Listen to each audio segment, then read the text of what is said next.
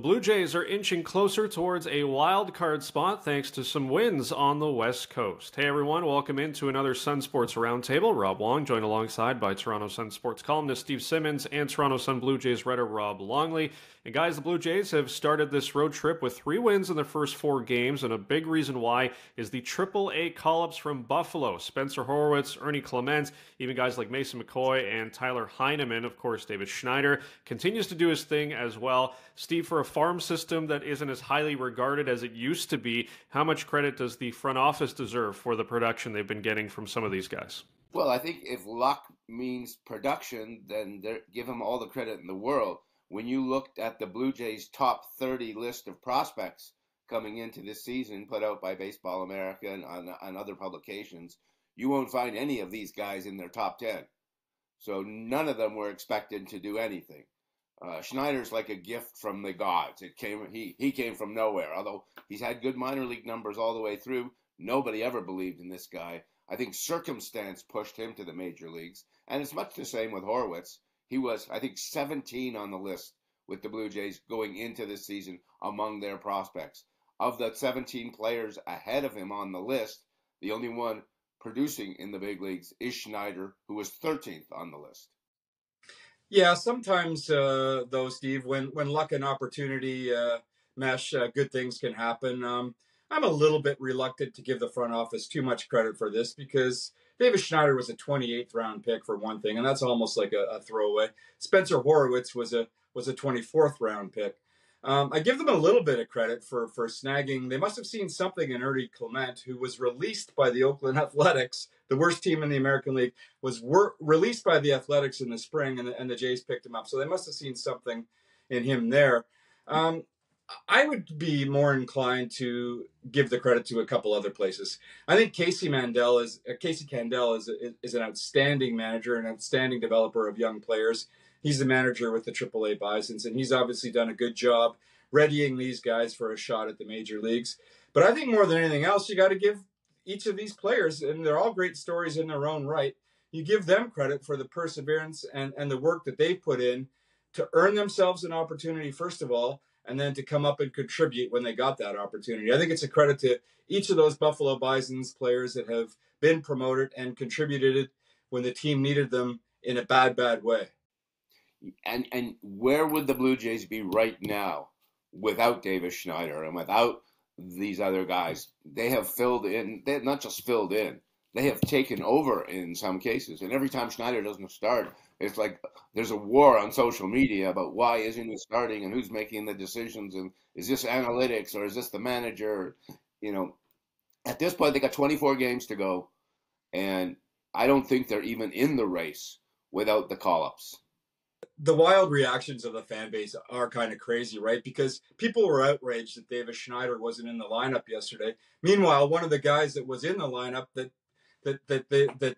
basically take his spot, Kevin Biggio, had a huge game, 2 big RBIs and a huge defensive play. So it is kind of funny how people react and have fallen in love with these players, especially David Schneider. I suspect over time, opposing pitchers are going to have a better plan against these guys. But for now, they've been huge contributors. And as Steve says, where would the team be without them? Well, as much as these guys are saving the season, Rob, the Blue Jays are hoping Bo Bichette, Matt Chapman are back soon. But when they do return, do you think any of these guys could stick around, or could we see some of the other minor leaguers potentially come up in an Addison Barger or an Aurelvis Martinez? I think at this point you'll see at least one of them stick around, but it's going to be difficult. Like who would you send down if not one of Horwitz or David Schneider? Are you going to send Kevin? Well, you're not going to send Kevin Biggio because you can't. Are you going to send Santiago Espinal? Maybe, because he's nowhere near what he was in his quote unquote All-Star season last year. But he had a huge knock on Monday in that Labor Day win in Oakland. So there is room for one more body, and I think they have to be pragmatic, but they have to be practical about it as well. They have to have the best players available for these what's soon going to be the last 20 games of the season. And as much as these guys have helped them out, they can't keep them all, but they'll be there at the ready for promotion if needed down in the final couple of weeks of the season. They're going to need Schneider, I think, no matter what. You have to keep him. and you got to find places for him to play, whether he's the DH, whether he's playing second base. He's not going to play third if Chapman's there. He's not going to play short. Obviously, he's not a shortstop if Bichette is there. So where do you put him? That's likely where second base, or again, what's Merrifield doing? What day is it? Who's hitting? Who's not hitting? But if he continues anywhere close to the kind of pace and production, and what I love about this guy is he doesn't just get hits.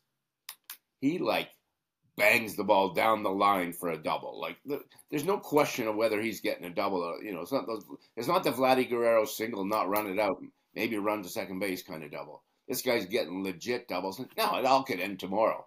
This could be Cinderella, but until Cinderella, doesn't fit into the slipper, all is good. John Schneider dropped a little bit of a hint about it last week when he was asked about what sort of traits and values he wants in a September call up.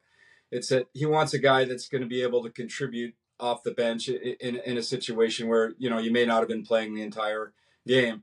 And I think maybe that's where a guy like Davis Schneider has earned his spot, because he's a guy who can come off the bench and pitch hit.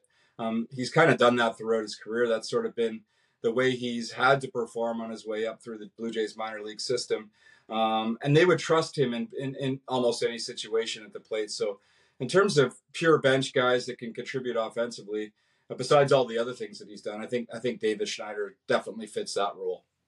If there's one thing this month has shown so far, is that every game is like a battle unto itself. Nothing is coming easy. Even though the Jays are winning, nothing's coming easily to them. It's 3-3 in the 8th on Monday in Oakland.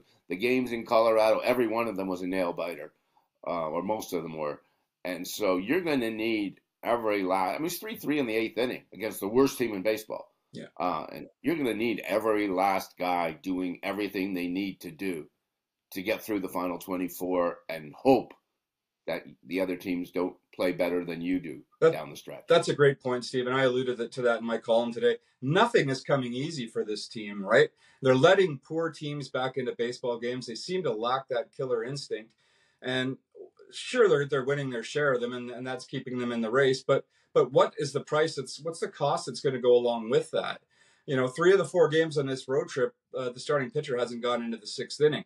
Now, one of those situations was a rain delay in Colorado. But the point is, the bullpen is getting worked and overworked right now. And being in all these close games as they've been in all season, this is the time of year that sort of workload exacts the price. And to talk about management, one quick second before heading off, Rob. First round pick, Nate Pearson, nowhere to be found. Yeah. First round pick, Alek Manoah, nowhere to be found. You can give him credit for the 28th round draft picks or whatever they are making it. But how about the first round guys? Yeah, well, for Blue Jays fans, it's not about how right now. It's about how many, and the Blue Jays are getting it done somehow, some way. As always, leave your thoughts in the comment section below. For Steve Simmons and Rob Longley, I'm Rob Wong. Thanks for tuning in, and we'll talk to you next time on another Sun Sports Roundtable.